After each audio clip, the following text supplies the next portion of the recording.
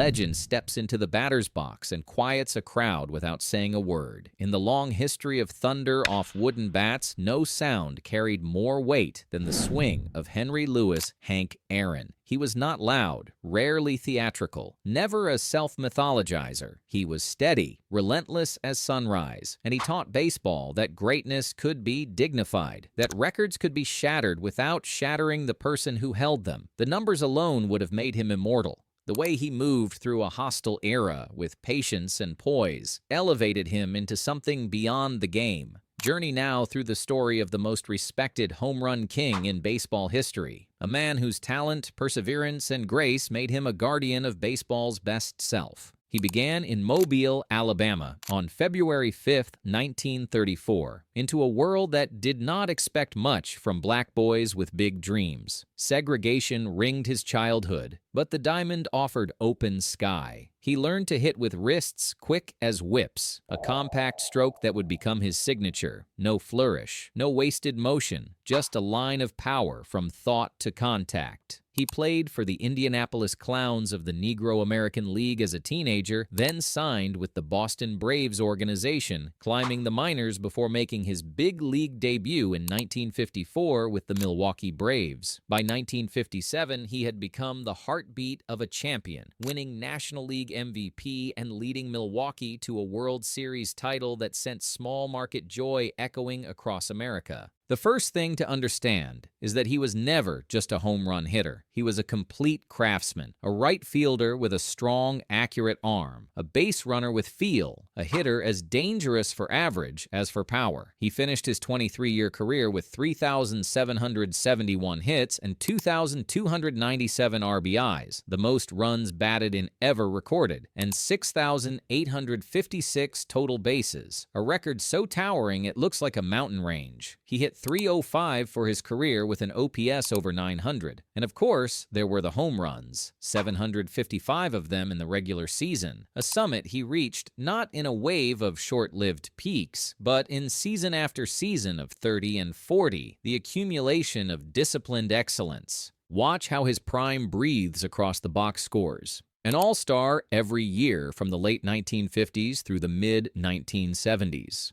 Gold gloves shining on his mantle, 3 of them for his work in right field. He led the league in home runs 4 times, but he led it in total bases 8 times, a purer measure of damage. Doubles in the gap, singles smoked to left, homers tucked into night air with that signature wrist snap. He rarely struck out for a slugger, preferring to punish mistakes rather than chase heroics. He treated baseball like a long conversation he intended to win. By the early 1970s, time and arithmetic pulled him toward the tallest record in American sports, Babe Ruth's 714 career home runs. The approach became a national saga. He finished 1,973 at 713, one shy, then stepped into the 1,974 season with a weight few could carry. It was not just the press and the public and the circus of attention. It was the hate, letters that dripped with venom, threats that shook his family, racism made visible in stacks of ugly words. "I had to break a record to get people to recognize me," he would say later, and behind the grace was a man who understood precisely what he was pushing against. April 8, 1974, Atlanta Fulton County Stadium, a sellout crowd as electric as a storm. In the 4th inning, facing Al Downing of the Dodgers, Hank saw the pitch he wanted and sent it into the Georgia night, a fly ball that seemed to float before it carried over the left center fence. He rounded the bases with his head down in that quiet way of his. No bat flip, no roar. 2 college kids sprinting alongside him in a moment of unplanned, awkward celebration before security peeled them away.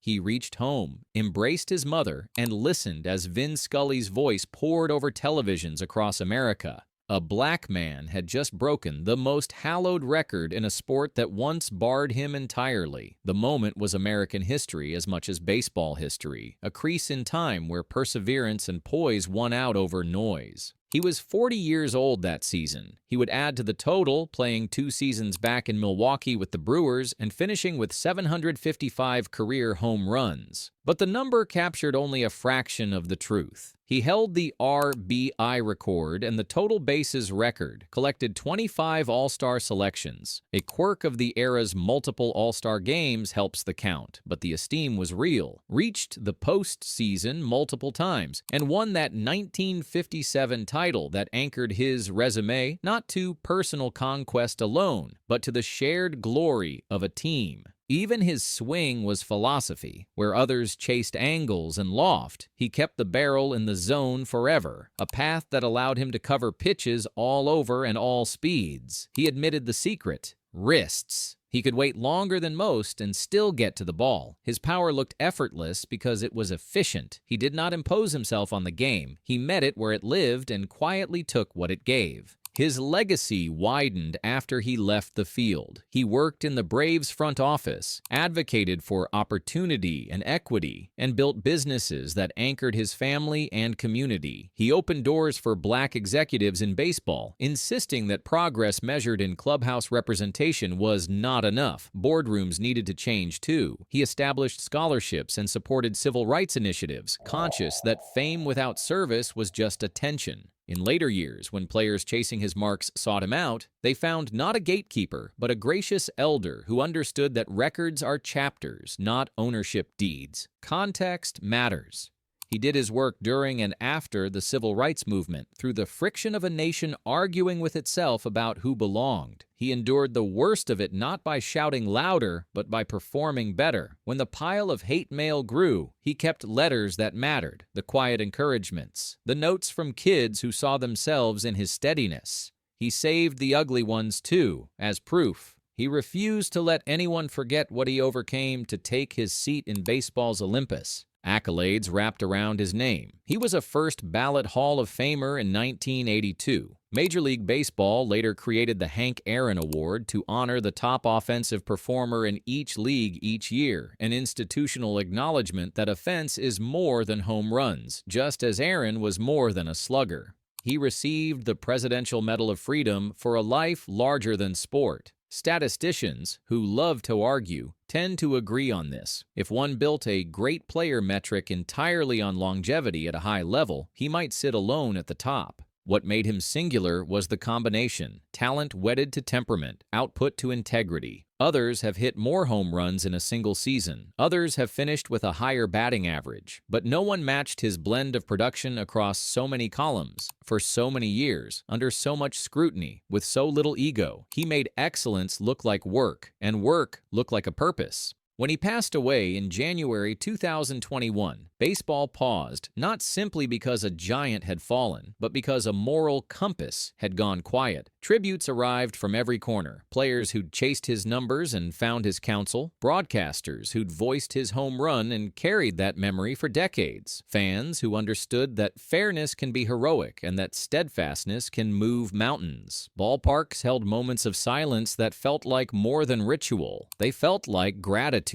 To understand why he is the most respected home run king, look again at the scene in 1974. A record that once seemed unreachable falls, and the man who breaks it does not boast. He lowers his head and runs, steady, measured, gracious, through a wall of noise he did not create but had to endure. When he reaches home, he finds family waiting and a city exhaling. The call that blankets America notes the history plainly, the wonder humbly. He does not claim conquest. He accepts history, then goes back to work. There is a line that runs from Mobile's sandlots to Milwaukee's pennant to Atlanta's night sky and forward into every dugout where a kid asks how to do it right. It says, "Show up, learn your craft. Do not be rattled by the smallness of small people. Let the bat speak." The stat sheet proves the argument. 755 home runs, most RBIs ever, most total bases ever, 3,771 hits, 25 All-Star selections, an MVP, a World Series title, and seasons that look like copy and paste perfection. The story makes the numbers human, a man who would not bend to hate, who met a nation's doubts with a pro's patience, who took the biggest record out of a myth and placed it gently in the record book where it belongs. Some kings rule by fear, some by flair. Hank Aaron ruled by respect, earned one swing at a time, one quiet year after another, until the game itself recognized the greater truth. Home runs can be loud, character doesn't need to be, and when the final judgments are written on the walls of baseball's memory, there is a place near the top that belongs to the gentleman from Alabama who taught everyone how to carry greatness, with grace, with courage, with a swing smooth enough to split the night and a heart strong enough to hold the weight that followed.